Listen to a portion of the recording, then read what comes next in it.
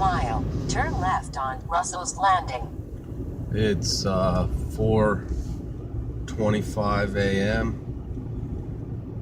September 10th. It's our anniversary. Happy anniversary, baby. Love you. And yeah, it's 4:25 a.m. Oh, it says it's 3:30? Oh, okay. Okay, it's 3:30 a.m. actually. So it's 3:30 a.m. and we're leaving the park now. We're leaving Big Heart because we don't have any cell phone signal here or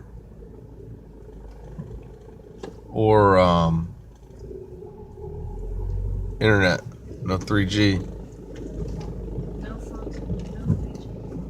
So we gotta go to a town called McCormick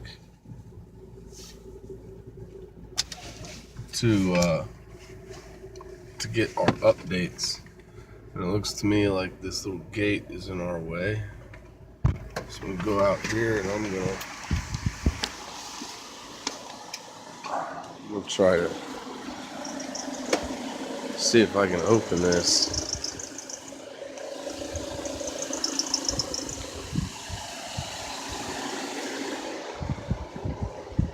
We need to book it, but this thing is closed.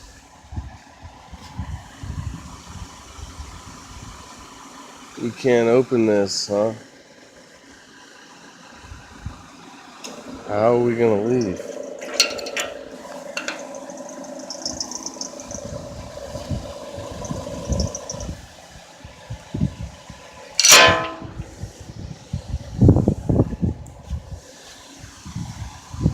I guess we're stuck inside, huh? Does that mean we're stuck inside? There's got to be an exit.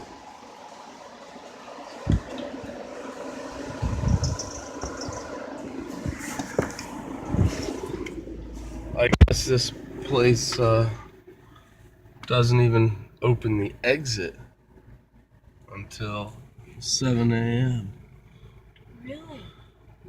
So we'll probably have to call someone to open the gate and let us leave because we gotta get in front of the traffic. So we're gonna go to a town called McCormick and we're gonna get some internet and see what's happening right now. They don't even have very many stations in this area, so yeah. It's 3:40. We ended up getting out of the campsite. We had to call the park ranger and ask her what the combo was to the lock and how to get out. They had the combo on the back of the gate pass, but that didn't work. Washington Road. We tried to put the combo from the gate pass into the lock and that didn't work, so she came out there and she got us out. But here in Georgia, the forecast is that it's going to be windy today, and tomorrow there's going to be thunderstorms. Today is Sunday. It's real early Sunday, and so tomorrow there's going to be thunderstorms, and I think I heard somebody say the possibility of tornadoes. So we're gonna get out of here. Obviously, we don't even want to be in a hotel here if there's gonna be the possibility for tornadoes Monday or Tuesday. So we're just gonna go a little bit farther east and check the track again, see what the new updated track is. We're gonna we're gonna look at the 2 a.m. track and check the 5 a.m. track and see if they have the eye of the storm going up into Georgia still, if it's going to go east of the median or west of the median. that way we can determine which direction we got to go from here. So that's the update, and we'll keep you posted. All right, it's about 5 a.m. We made it into South Carolina. This is Georgia right here. This is South Carolina. We were right about here in near Lincolnton. So we went up this road to Lincolnton.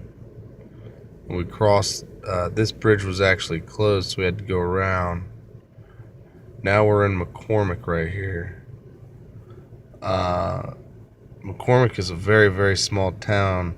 And as you can see, it's smack dab in the middle of 85 and 20. Now 85 and 20 go straight into Atlanta. So if Atlanta has to evacuate, these are the two main roads that everybody's going to get on, and they're going to go this way. Now, when they get to these towns right here, these little cities here in South Carolina, they can either continue this way or continue that way, or they can cut across and start going to these little towns to the left and to the right of this road.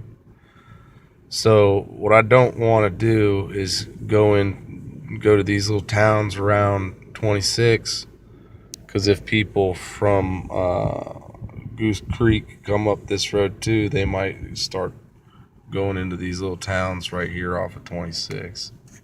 So I want to prevent. I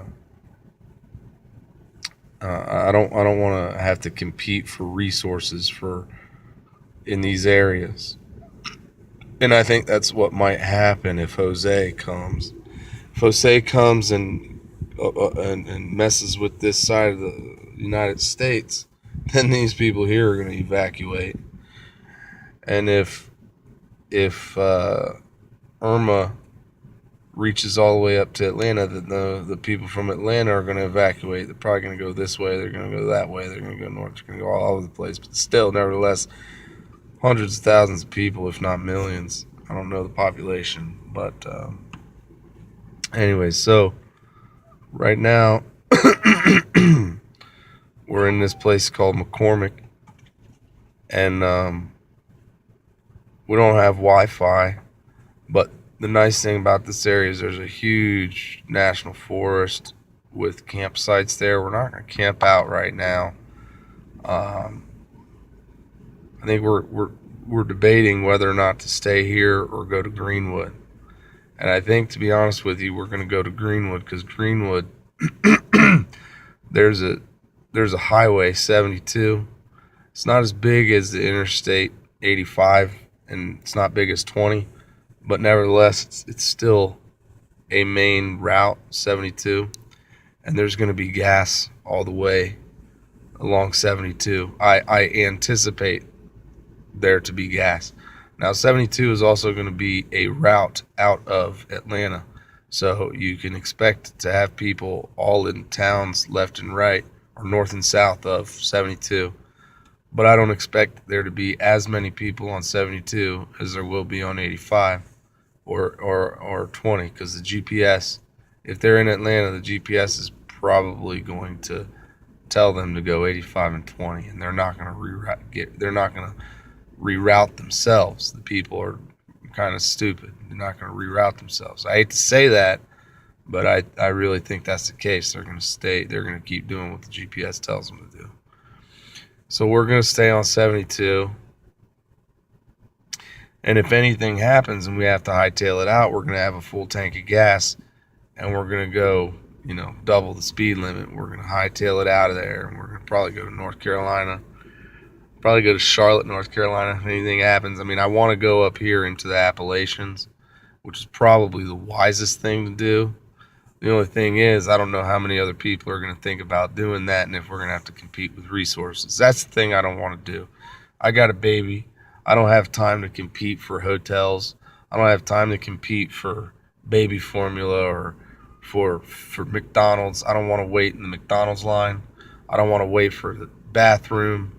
I don't have time to search for a hotel all day. I don't have time to search for a campsite all day.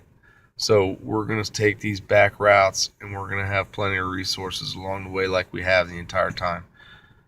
There hasn't been one time along this trip that we've got below 3/4 of a tank.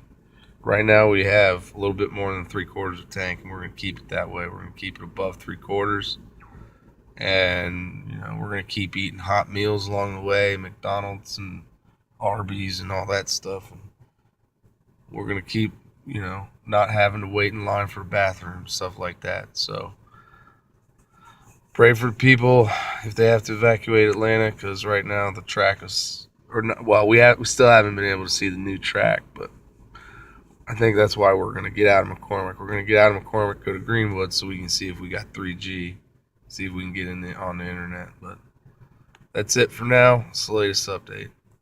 It's 5:30, and we made it to Greenwood, South Carolina. As you can see, gas station is empty, and the price is below average. So we're going to take our time here. We're probably going to hang out here at the 7-Eleven for a little while and just regroup and get our thoughts together. The cell phone signal is a little low here. I did get an email earlier when we came into the town. I received an email, but the 3G signal doesn't show up, and neither does the cell phone signal. So we might have to drive around a little bit to find the signal.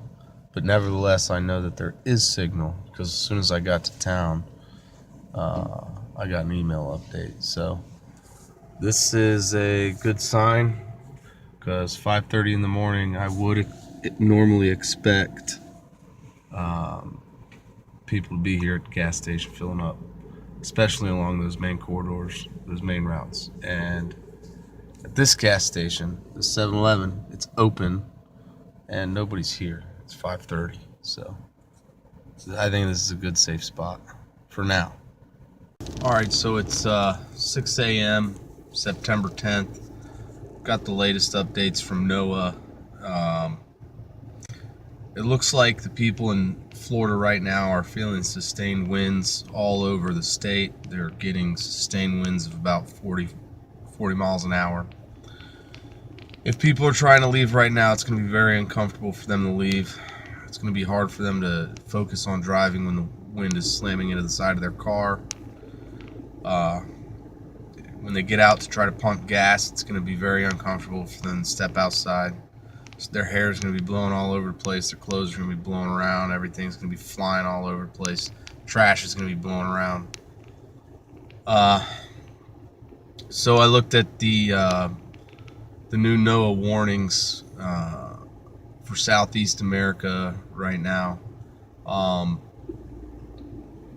The coastal areas of Georgia and South Carolina and even Tallahassee are under a hurricane or a tropical storm warning. And so the people in those areas, if they freak out, they're gonna leave. They're gonna go inland. And I know that a lot of people from Florida went to the Panhandle because they thought this thing was going up the East Coast. So now, when they wake up today, or when they wake up and find out where this thing is going, because the new track came out at 5, and so the track median actually shifted to the west as I anticipated. So now Georgia's not. It doesn't show Georgia getting hit up the center like it has the last 2 days. It shows Irma going more towards Louisiana.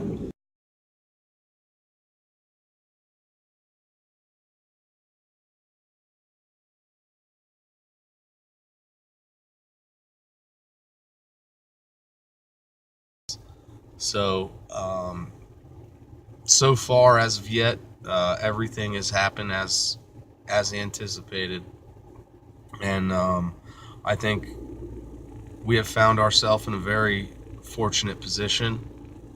We're very lucky. We're very fortunate.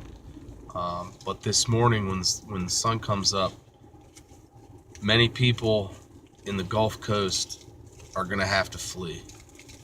They don't have much time, and they don't have much gas either. So we'll be praying for them, as well as the people in Fort Myers, Tampa, and St. Pete, because if they didn't get out yet, there's not much they can do right now. The sustained winds are kind of going to be keeping them in. So we're going to just relax here in Greenwood, South Carolina. Maybe try to find a nice hotel for the night. We don't need to get a hotel. We can get a campsite again if we want to, save a couple dollars, but quite frankly, I need to shave.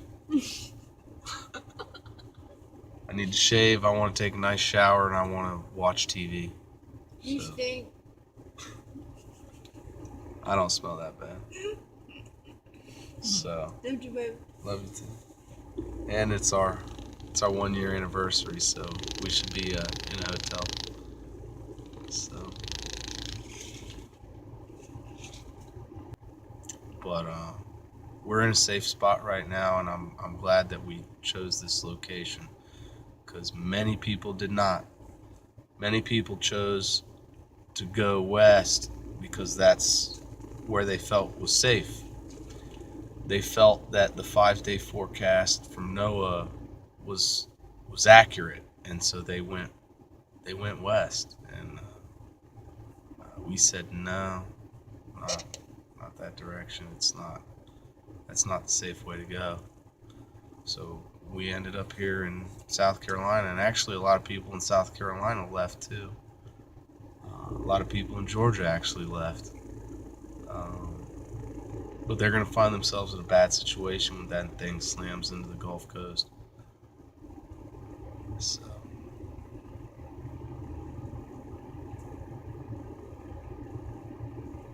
yeah. It's 7:50, September 10th, and Florida's getting hit by the hurricane.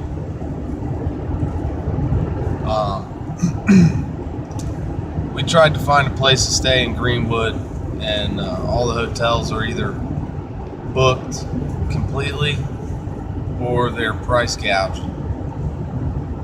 So at the rate they're asking, we can't afford to stay there.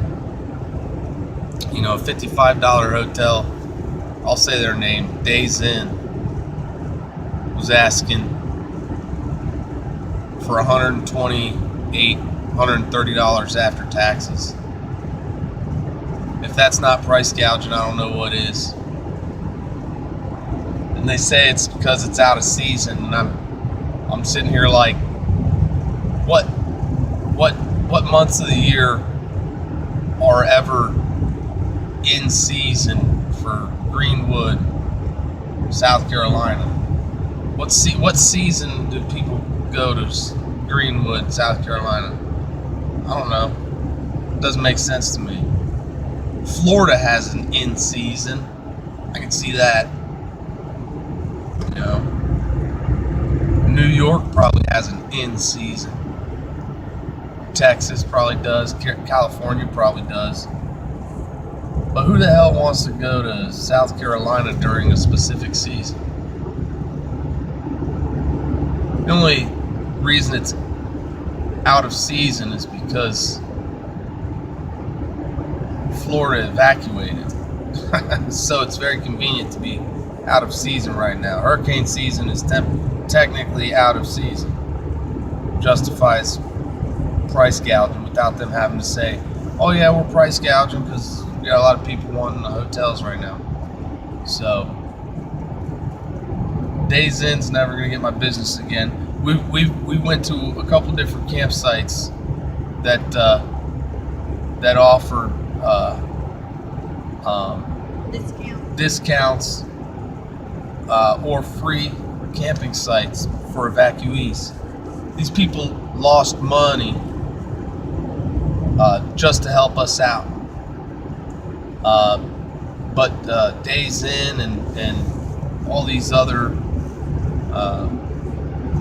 hotels and motels and stuff, they see people in a difficult situation, they want to make money from it. You're talking about people who very well could lose their job. This could be they could be living on their last paycheck for quite a while, and these chains of hotels want to gouge their prices. They want to raise their prices up and take the last bit of money out of these people's pockets, because we don't know if we're going to have anything in Tampa left.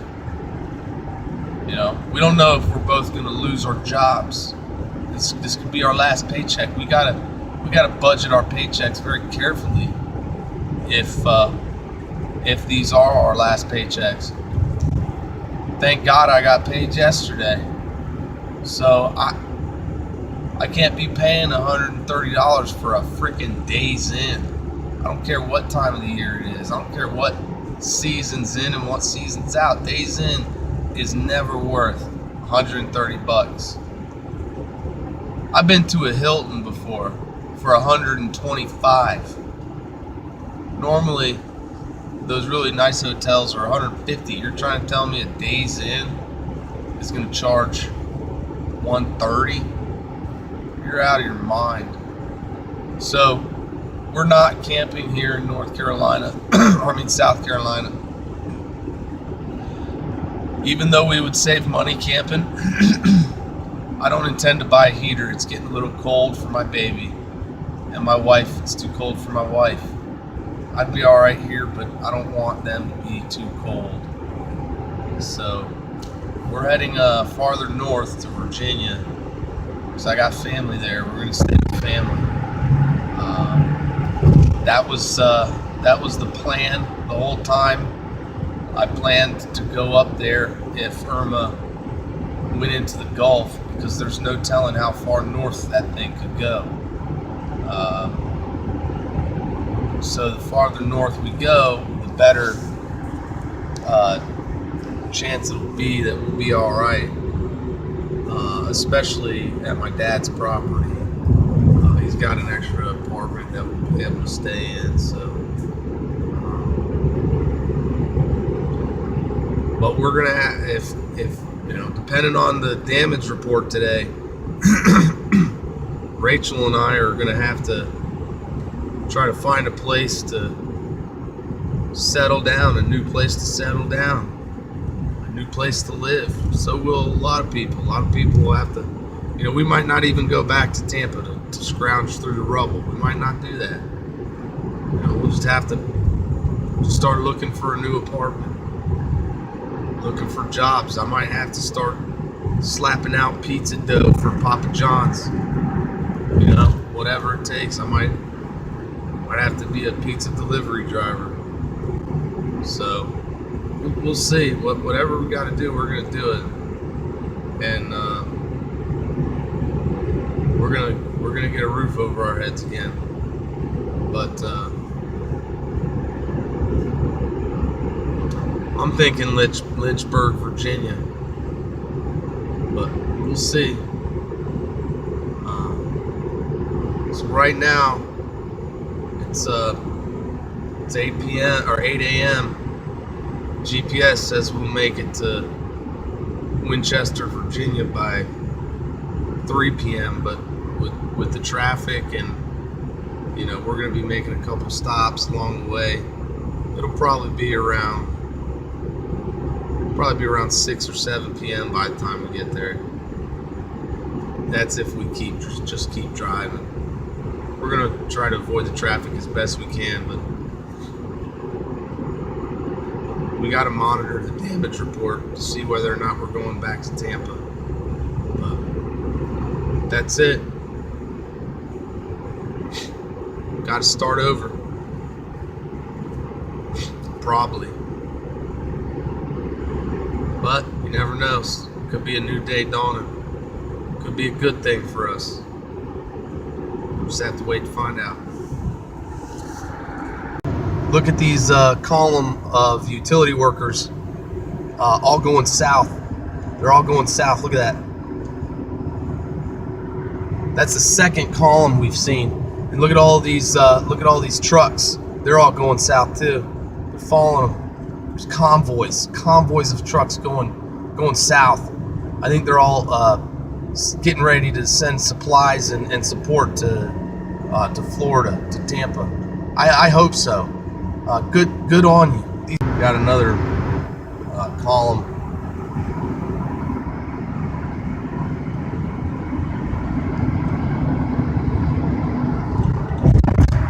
Another convoy of utility workers.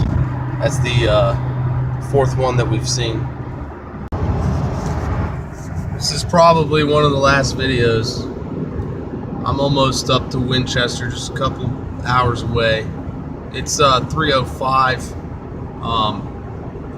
The last 2 hours we've been calling our friends in Tampa and St. Pete and giving them weather updates and advice, trying to tell them or urge them to leave while the winds are still calm. So what I did was I went on the aviation weather website, aviationweather.gov. I looked at the METARs and the TAFs, the terminal area forecast for Tampa Airport, and I noticed that for the last couple hours the winds have been at about 15 miles an hour, gusting to 25, and that kind of wind, you can still drive on the highway. You can still go outside and pump gas if the gas stations are, pay at the pump type. If they still have gas, you can still get out of your car and pump. But I also looked at Google Maps, Google traffic maps, and I noticed that all of the roads north were green. There was no traffic. 19 was green, 75 was green, 301 was green, and 95 was green.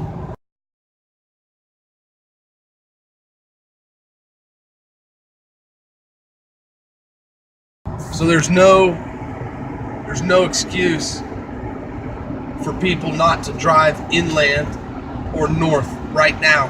People in Tampa, it's 3:05.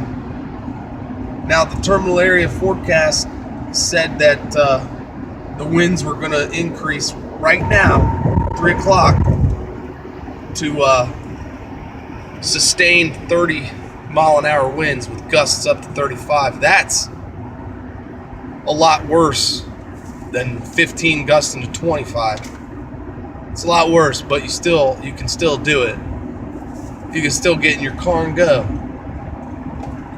But then in a couple hours it's going to be 60 miles an hour. And when that happens, there's no going anywhere. You can't go anywhere. So I've been trying to tell my friends and trying to urge them to drive as far as they can with the little bit of gas that they have, and not to worry about if the pumps are empty. There's no traffic. I told them that there's no traffic. I said if they don't drive north, I said go get in one of those shelters. I even told my friend to go to this specific shelter. I don't think he's listening. So then I said, you can go to a parking garage. Parking garage is going to be safer than your apartment complex, and your car will even be covered. Your car will probably be all right if you park it on the right level. But I don't think anybody's listening. It baffles my mind how some people have time. Literally, they have time, but they don't even try. They give up before they even try because of fear. They're afraid of this, afraid of that, but they don't even test the waters. They've had hours and hours and hours, days to prepare. And they're still there. They're still in their stick houses. I don't get it. I don't get it. It's going to be 120 mile an hour winds sustained all night. All night.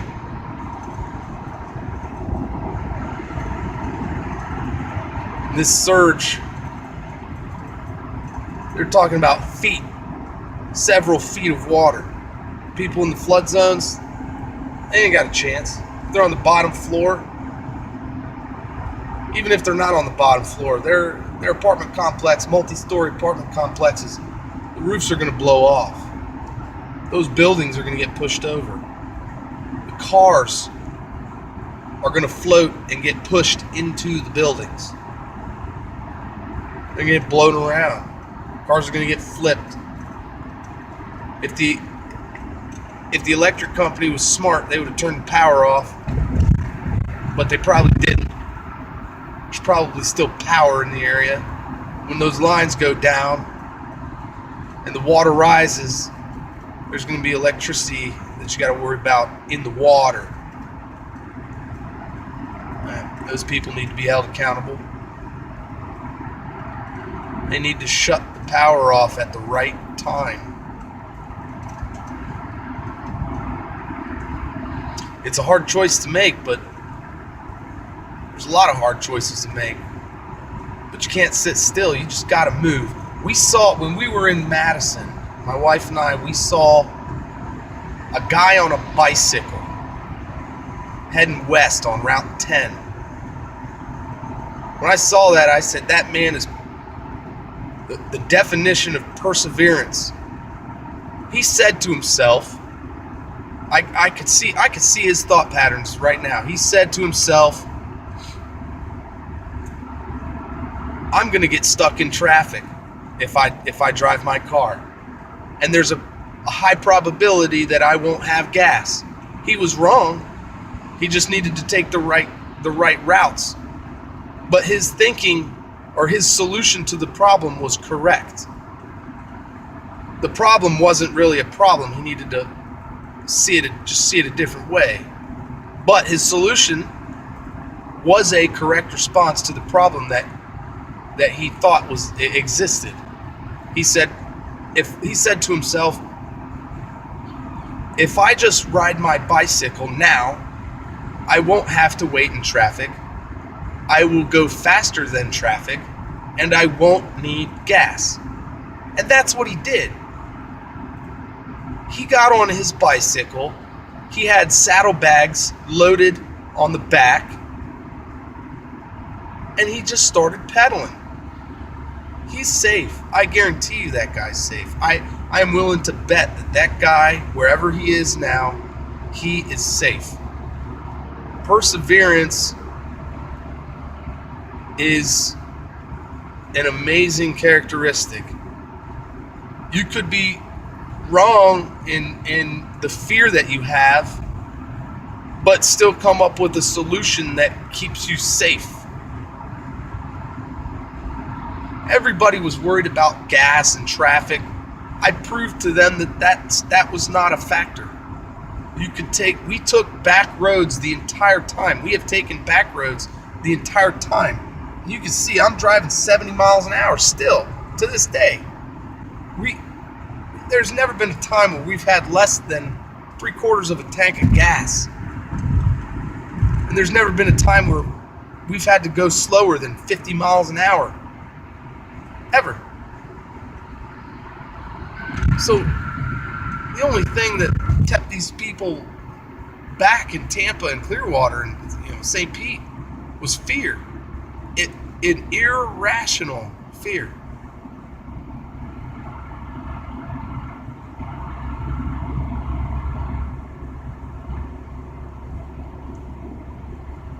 We tried hard to convince them to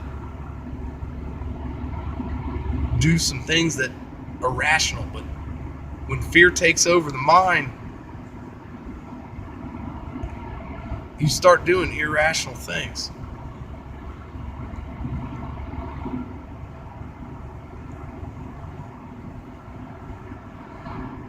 Perseverance is not something that could be taught in elementary schools.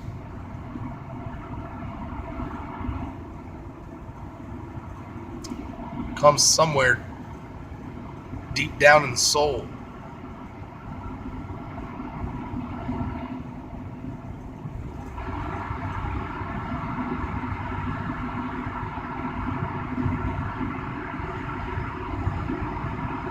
But it's necessary to live.